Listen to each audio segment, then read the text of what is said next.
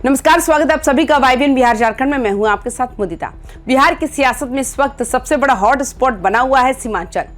एक तरफ देश के गृह मंत्री अमित शाह सीमांचल के दौरे पर है और दूसरी तरफ पूर्णिया के निर्दलीय सांसद पप्पू यादव ने मोर्चेबंदी कर दी। अमित शाह का दौरा अभी शुरू ही हुआ था कि पप्पू यादव ने सवालों की ऐसी झड़ी लगा दी जिसने दिल्ली से लेकर पटना तक हड़कंप मचा दिया। पप्पू यादव ने अमित शाह को उनके पुराने वादों की याद दिलाते हुए सीधे चुनौती दी है। मक्का मखाना किसानों का हक और वो फाइल जिसका जिक्र विधानसभा में हुआ था। पप्पू यादव ने हर मुद्दे पर सरकार को घेरा है। आखिर क्यों पप्पू यादव कह रहे हैं कि सत्ता और विपक्ष दोनों डरे हुए हैं, और क्या है वो फाइल का सच? चलिए सियासी घमासान की एक एक परत खोलते हैं। पप्पू यादव ने पत्रकारों से बात करते हुए सबसे पहला हमला चुनावी वादों पर किया। उन्होंने याद दिलाई कि जब चुनाव का मौसम था तब इसी सीमांचल की धरती पर खड़े होकर मक्का और मखाना आधारित फैक्ट्रियां लगाने का ऐलान किया गया था। पप्पू यादव ने दो टूक कहा कि अमित शाह जी, अब वक्त आ गया है उन वादों को जमीन पर उतारा जाए। सीमांचल का किसान मखाना और मक्का की पैदावार में पूरी दुनिया में मिसाल पेश करता है, लेकिन विडंबना देखिए, यहाँ प्रोसेसिंग यूनिट्स और उद्योगों का नामो निशान तक नहीं है। उद्योग ना होने की वजह से किसानों को उनकी मेहनत का सही दाम नहीं मिल पा रहा। पप्पू यादव ने इसे महज चुनावी वादा नहीं बल्कि सीमांचल का हक बताया। उन्होंने मांग की कि सीमांचल के पिछड़ेपन को दूर करने के लिए केंद्र सरकार को एक विशेष आर्थिक पैकेज देना चाहिए।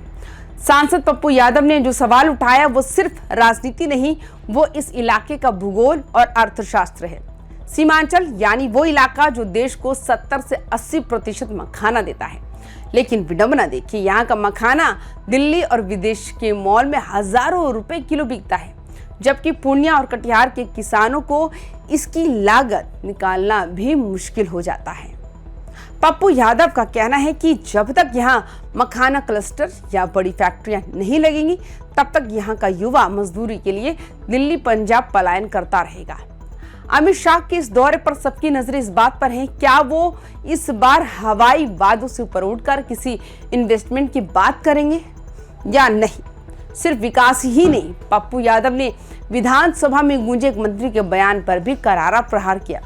दरअसल हाल ही में बिहार सरकार के एक मंत्री ने कहा था कि उनके पास सभी नेताओं की फाइल है, और आप सभी को पता है ये किसने कहा था।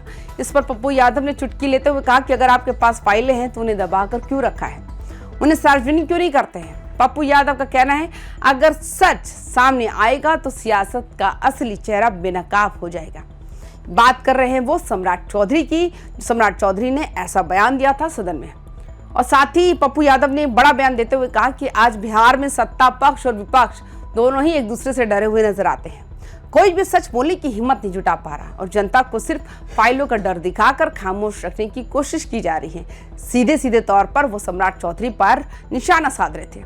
सियासी चर्चा के दौरान जब बीजेपी के राष्ट्रीय अध्यक्ष नितिन नवीन के संदर्भ में द्वारा राहुल गांधी पर दिए गए बयानों का जिक्र आया तो पप्पू यादव पूरी तरह राहुल के बचाव में खड़े दिखे। उन्होंने कहा कि राहुल गांधी की लोकप्रियता अब सिर्फ देश तक सीमित नहीं बल्कि वो एक अंतर्राष्ट्रीय चेहरा बन चुके हैं। पप्पू यादव ने आरोप लगाया कि बीजेपी के पास अपना कोई ठोस एजेंडा या विजन नहीं है, इसलिए वो हर वक्त सिर्फ राहुल गांधी को ही निशाना बनाती रहती है। पप्पू यादव यहाँ नहीं रुके, उन्होंने पटना में हुए नीट की छात्रा के साथ दुष्कर्म और हत्या के मामले को फिर से उठाया। उन्होंने एक बड़ा आरोप लगाया कि जब उन्होंने इस गंभीर मुद्दे पर आवाज उठाई और न्याय की मांग की तो उनके खिलाफ साजिशें रची जाने लगी। पप्पू यादव ने अपनी सुरक्षा कम किए जाने को सीधे तौर पर अपनी आवाज दबाने की कोशिश बताया। उन्होंने एक बड़ा सवाल खड़ा किया कि जब लॉरेंस बिश्नोई जैसे गैंग के नाम पर धमकियां मिल रही हों, जब वो खुलेआम नीट और करप्शन के खिलाफ लड़ रहे हों, तो ऐन उसी वक्त उनकी सुरक्षा क्यों हटाई गई? क्या ये किसी सियासी इशारे पर हुआ है? पप्पू यादव ने साफ कर दिया, अगर उन्हें कुछ होता है तो इसकी जिम्मेदार केंद्र और राज्य सरकार होगी। सुरक्षा का ये मुद्दा अब सीमांचल में एक इमोशनल मुद्दा बनता जा रहा है, क्योंकि यहाँ के लोग पप्पू यादव को अपना रक्षक मानते हैं। पप्पू यादव ने कहा कि मेरी सुरक्षा इसलिए हटा दी गई क्योंकि मैं अपराधियों और भ्रष्टाचारियों के खिलाफ बोलता हूँ। उन्होंने सरकार को चेतावनी दी कि सुरक्षा घटाने से उनकी आवाज नहीं दबेगी। सीमांचल और बिहार की बेटियों के इंसाफ के लिए वो लड़ते रहेंगे, चाहे उनके खिलाफ कितनी भी साजिशें क्यों न रची जाए।